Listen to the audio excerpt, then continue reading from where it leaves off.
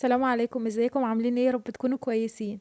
النهارده بقى هنعمل تورتايه سهله وبسيطه، بما اننا في موسم الفراوله كده هنعملها بالفراوله. وكمان في الفيديو هقول كل الخطوات اللي ممكن تطلع معاكي الكيك الاسفنجي زي ما انتوا شايفين كده، وطريقتي فيه من اللي ما بغيرهاش خالص من زمان.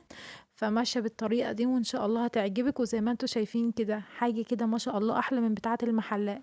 تورته بجد سهله جدا للمبتدئين، لو انت اول مره بتعملي تورت ان شاء الله تنجح معاكي، والكيك الاسفنجي هتبقي شاطرة جدًا فيه وهيطلع معاكِ مضبوط من أول مرة، وكمان هنعمله بالدقيق العادي. باتمنى تشتركوا في القناة ولايك وشير لو عجبكم الفيديو بتاعي النهارده. أول حاجة نسمي بالله، ومعايا طبق غويط هنحط فيه أول حاجة المنخل بتاعنا، وهاحط فيه 3 كوبايات من الدقيق. 3 كوبايات بالكوباية المعيارية أنا عايرتهم، بمقدار كوباية المَج اللي بتشربي فيها الشاي العادي خالص، ممكن تعايري بيها لو أنتِ مش ما عندكيش الكوبايات المعيارية. وكمان حطيت نُص كوباية من النشا، وعليهم معلقة كبيرة من الكيك شيف. أول خطوة كده عشان تطلّعي معاكِ الكيك الإسفنجي يكون ناجح معاكِ ولونه فاتح وهش، إن أنتِ تنخلي دقيق أكتر من مرّة بالشكل ده، وكمان يكون البودر معاكِ نوعه كويس عشان ما يطلّعش الكيكة معاكِ غامقة. وكمان تاني حاجة إن أنتِ تستخدمي سكر كويس برضه لونه فاتح أبيض عشان يطلّع معاكِ الكيك ناجح. دي كلّها حاجات بتنجّح معاكِ الكيك. أنا جبت هنا 6 بيضات وحطيت عليهم معلقة صغيّرة كده من الفانيليا ومعلقة من الخل. وحطيت عليهم أهو معلقة كبيرة من المحسن الجيلي. المحسن الجيلي ده هتلاقيه عند العطار. نزلت عليهم بنص كوباية من السكر، ويا ريت السكر يكون معاكي لونه فاتح. هحط عليهم كوباية الا ربع من المية، مية عادية من الحنفية خالص. ولازم تستعملي نفس الكوباية اللي عايرتي بيها كل المقادير اللي عندك. هنا أنا جبت برضو المنخل، وهنخل تاني الدقيق بتاعي. بُصّي، لمّا تنخلي الدقيق كويس كذا مرّة، تطلّع معاكِ الكيكة ناجحة. أي كيكة سواء بتعمليها كيكة عادية، كيكة اليومية أو سبونج كيك أو أي حاجة بتعمليها فيها كيك، يعني لازم تنخلي الدقيق كويس كده. جِبت بقى المضرب زي ما أنتم شايفين كده، وحطيت كلّه على بعضه. الطريقة دي حلوة أوي اللي هي بالمُحسِّن، بتحطّي كلّه على بعضه كده، وبتكون طريقة سهلة، ومش محتاجين إن إحنا نفصل الصفار عن البياض، يعني بتكون طريقة سهلة للي لسه بيعمل إيه، بيبتدي بيعمل تورت. هتقومي بقى جايبة المضرب بتاعِك كده، وهتفضلي تضربي لغاية يعني تقعدي 10 دقايق تضربي زي ما أنتم شايفين كده بالمضرب بتاعِك، لغاية اللون بتاعه ما يفتح، وتلاقي الطبق اللي أنتِ بتعملي فيه اتملا زي ما أنتم شايفين كده، بيكون لونه بالشكل ده. لمّا توصلي للون ده من السبونج بتاعِك، يبقى هو كده أنتِ ماشية تمام وناجح وتمام خالص. ويعمل كده زي بُصّي، بيعمل كده زي المنقار، وبينزل من المضرب بتاعِك بصعوبة. يبقى خلاص في المرحلة دي هتوقّفي المضرب خالص، وهتقومي بقى جايبة الصينية بتاعتِك أو الصاجة زي ما أنتم شايفينّي كده. أنا جِبت صاجة الفرن ودهنتها، وبعدين حطيت عليها ورق زبدة عشان بس الصاجة بتاعتي دي بتلزق. فأنتِ لو بتاعتِك مش بتلزق وحابة إن أنتِ تدهني بس زيت وتحطي ترشي دقيق، براحتك خالص لو مش متوفر عندِك ورق الزبدة. قُمت بقى حطيت خلاص كده عملت الصاجة بتاعتي، وزي ما قُلت لكم حطيت لها ورق الزبدة. أقوم بقى حاطة الخليط بتاعي زي ما أنتم شايفين كده، شايفين الخليط نازل تقيل إزاي. هتفرديه بالشكل ده، هتفرديه كويس بحيث إن هو يبقى كلّه مساوي وكلّه يبقى تسوية واحدة. هتحطيه على درجة حرارة 180، هتحطيه في الرف الوسطاني شغّليه من تحت بس ما تشغّليش الشواية لغاية أمّا يستوي يبقى معاكِ تمام. أنا هنا هنعمل بقى الحشو اللي هنحشي بيه التورتة بتاعتنا. أنا جبت هنا الفراولة، قطّعتها بالسكينة قطع صغيّرة، وحطيت على نُص كوباية من السكر ونُص كوباية من المَيّة، وحطيتهم كده على النار لمّا يغلوا معايا. هنا جبت ربع كوباية من المَيّة، حطيت عليهم معلقتين صغيّرين من النشا. ولمّا الفراولة تغلي معاكِ خالص، هنحط عليه يعني في آخر مرحلة بعد ما نشيل الرغاوي بتاعتها كده من فوق لازم تشيليها. وتشوفيها غلت كده وإن هي تقلت خلاص هتتقل معاكِ، تقومي حاطة النشا بتاعتِك بالشكل ده، وتسيبيها برضه النشا يستوي معاكِ كده عشان ما يبقاش فيها طعم في الصوص بتاع الفراولة بتاعنا. بس هي كده تمام، وهتطفي عليها وتسيبيها بقى إيه لغاية أمّا تبرد معاكِ خالص. بعد كده هنعمل بقى الحشو الكريمة بتاعتنا. أنا جبت هنا كوباية من الكريم شانتيه، وحطيت عليها كوباية من اللبن، وهاحط عليها نُص كوباية من السكر، وهاضربهم بالمضرب زي ما أنتم شايفين كده. لو حابة تحطي بدل اللبن مَيّة ما فيش أي مشكلة، بس يكون متلج اللبن أو المَيّة تكون متلجة معاكِ، وهتضربي فيهم لغاية الكريمة بتاعتِك ما تطلع معاكِ. هنا في المرحلة دي كنت شميت ريحة الكيك وحسيت كده إن هو استوى، فتحت عليه الفرن واختبرته كده بالسكينة، لقيت السكينة نضيفة. قُمت سايباه في الفرن شوية، وسبته لما يبرد وبعدين طلعته وغطيته بالفوطة عشان ما ينشفش معاكي. اهم حاجة تغطيه كده بعد ما تطلعيه عشان ما ينشفش معاكي، وبعد كده هتشيلي الورق الزبدة من عليه بالشكل ده. ما تغيبيش عليه في التسوية عشان ما ينشفش معاكي وعشان كمان الكيك ما يغمقش.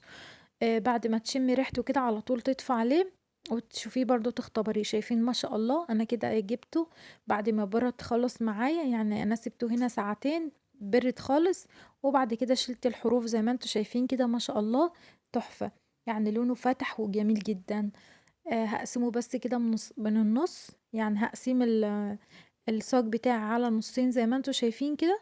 شايفين ما شاء الله لونه فاتح وتحفة، ان شاء الله يطلع معاكي ناجح من اول مرة. هنقسم كل جنب كده من النص، يبقى هيطلع معايا 4 طبقات من الاسبونج بتاعي. ما شاء الله شايفين لونه فاتح ازاي من النص، تحفة. ان شاء الله ماشية على المقادير دي ويطلع معاكي ناجح، وكل الخطوات اللي احنا قلنا عليها عشان يطلع معاكي الاسبونج زي ما انتوا شايفينه كده.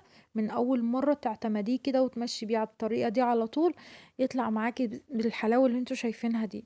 بصوا الصراحة هنا كان المضرب بتاعي باظ، فكملت هنا بالمضرب اليدوي، بس ايه قدر الله ما شاء فعل يعني، فكملت هنا بالمضرب اليدوي. فكانت مشكلة برضو ان الكريمة ما ارتفعتش، يعني زي ما هتعمليها بالمضرب برضو. يعني لما تعملي بالكريمة بالمضرب احلى ما تعمليها بالمضرب اليدوي طبعا 100 مرة، فبتطلع معاكي الكريمة اكتر. فالصراحة دي كانت مشكلة، فيعني خلاص بقى قدر الله ما شاء فعل. جبت هنا الاسبونج بتاعي اول طبقة وحطيت عليه الكريمة زي ما انتوا شايفين كده، فردتها.